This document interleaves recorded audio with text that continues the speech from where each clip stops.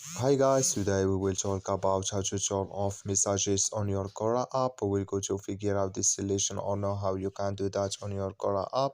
All you have to do, just go down, go up here, you click here on this picture here on app, then it's going to show for you window like this, and all you have to do now, just go down, you click here on settings here on down, then it's going to take you here in this window, just switching to open video like this, and you click here on email and notifications, and it's going to take you here in this window. Then you just click here on push notifications, and it's going to take you here to next window. Then you just click here on messages, comments, mentions. Then you come to next window here, and you come here to messages. You will click here on this sign, and like you see this color, it's gone. That's mean messages, it's turned off now. I wish know you I get it. That's all. Thank you for your watching. Don't forget to support us by liking, subscribe.